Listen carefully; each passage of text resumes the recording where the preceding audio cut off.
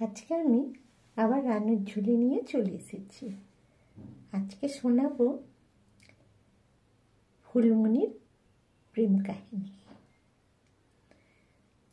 রথিজিৎ হচ্ছে তার 4 বন্ধুকে নিয়ে সেই পাহাড়ে বেড়াতে যাচ্ছে।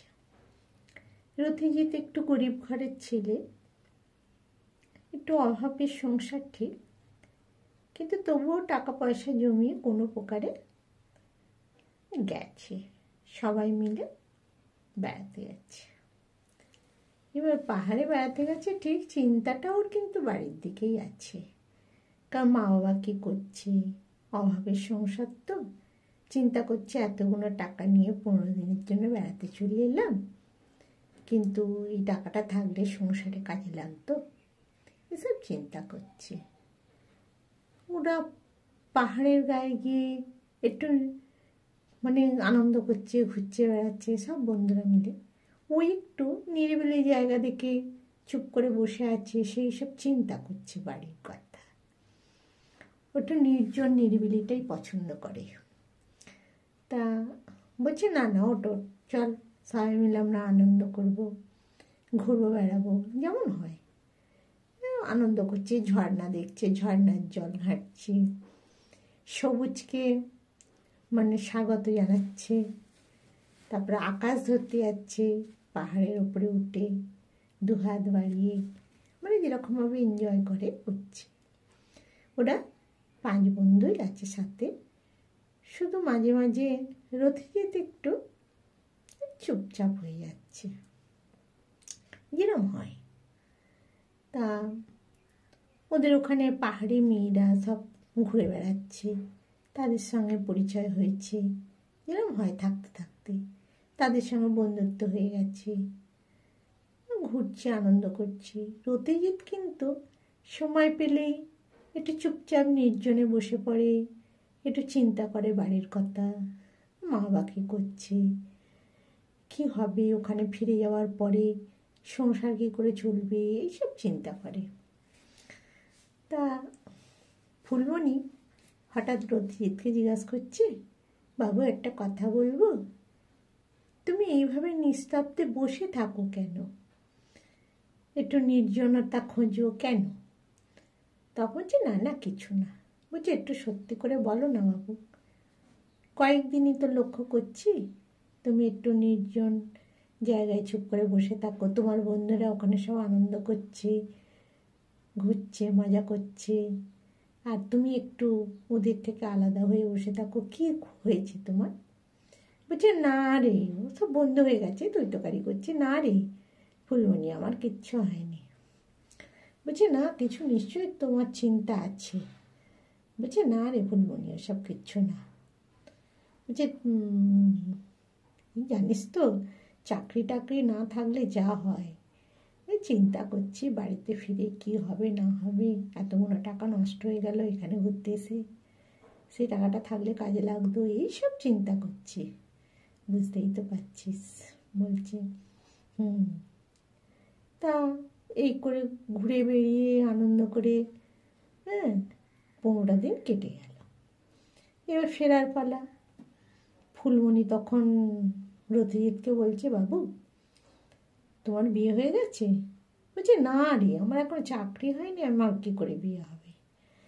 বললা আমি তো বেকার, আমি কোনো বিয়ে করতে পারি? বলছে তাহলে তুমি একটা কাজ করো, তোমার চাকরি পেলে তুমি আমায় বিয়ে করবে? বলছে হ্যাঁ, কী বলছিস, তোকে বিয়ে করবো? বলছে হ্যাঁ।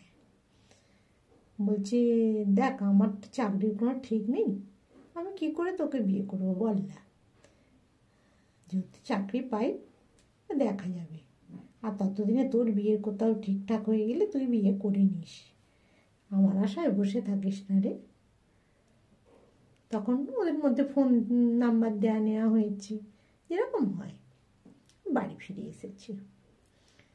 এবার রথিজিৎ খুব চাকরির চেষ্টা করছে, সংসারে খুব অভাব তো, বাবা অত ভালো চাকরি করে না, মোটামুটি টাকা পায়, তাতে খুব কষ্টের মধ্যে সংসার চলে।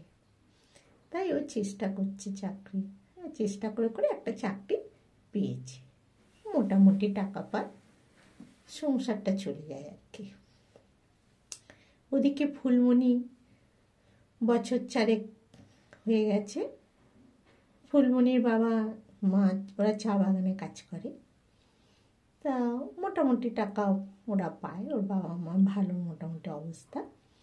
তা ওরা মেয়ের বিয়ে দেবে। ফুলমণি বলছে, রতিজিৎ তুমি আমাকে তাহলে এবার বিয়ে করো। তখন বলছে, এই টাকায় বিয়ে করব আমি? এমন তো কিছু বেশি টাকা পাই না, আর আমি যদি তোকে বিয়ে করি বললা, তোকে আমি তোর বাবা মার মতন সুখে রাখতে পারবো না। অতএব তোর বাবা মা যদি কত ভালো ছেলে দেখে বিয়ে দেয় করে নে। বলছে, না আমি বাবা মাকে বলেছি তোমার কথা, আমি তোমাকেই বিয়ে করতে চাই। তখন রতিজিৎ চিন্তা করছে কি করা যায় রে বাবা। তা ও তখন ওর মা বাবাকে বলেছে রতিজিৎ।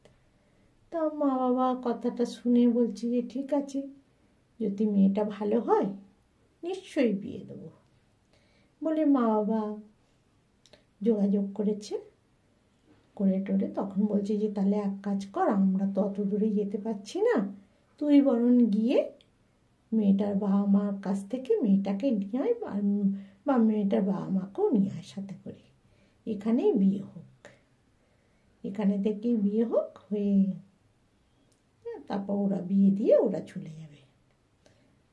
তাই হলো।